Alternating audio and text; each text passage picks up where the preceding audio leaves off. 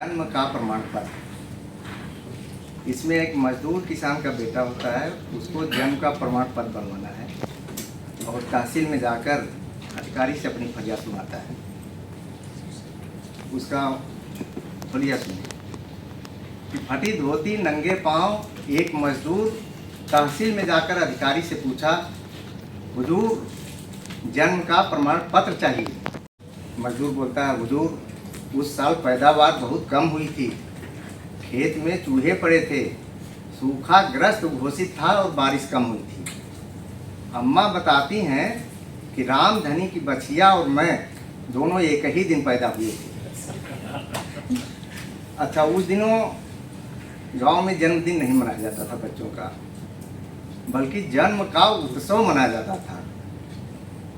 और वह उत्सव इस बात पर निर्भर करता था कि कब किसके यहाँ पक्का मकान बना गांव में, कब किसके यहाँ नया कुआं खोदा गया, कब किसके यहाँ नई फसल की पैदावार हुई। उस उत्सव को जन्म के साथ जोड़ दिया जाता था। तब हमने कविता गांव से उठाई है कि अम्मा बताती हैं कि रामधनी की बछिया और मैं दोनों एक ही दिन पैदा हुए थे।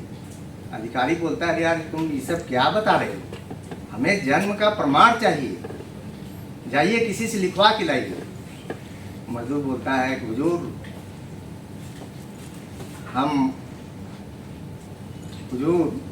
एक सेकंड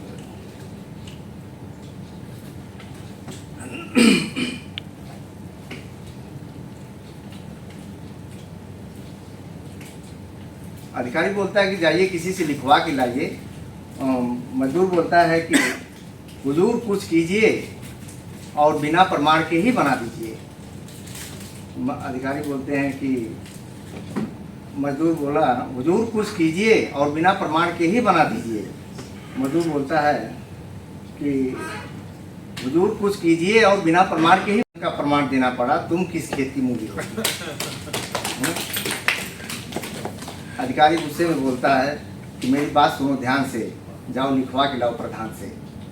मजदूर बोलता, हुजूर प्रधान के पास हम नहीं जाएंगे, वहाँ गए तो हम वापस नहीं आ पाएंगे, क्योंकि वो हमारे गांव की सड़क खा गए, पक्का मकान खा गए, कुआं और तालाब खा गए, यहाँ तक कि ग्राम विकास के लिए आई हुई सारी परियोजनाओं को खा गए। हम उनके पास गए तो वापस नहीं आ पाएंगे।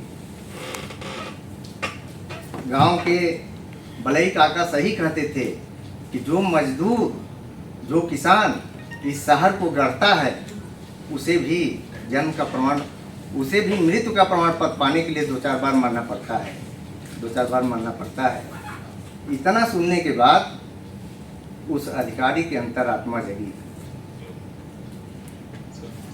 इतना सुनने के बाद उस अधिकारी के आंख में आंसू और हाथ में कलम के रूप में एक शख्स था, और मात्र 5 मिनट के भीतर उस मजदूर के हाथ में जन्म का प्रमाण पत्र था, जन्म का प्रमाण पत्र था। बहुत बहुत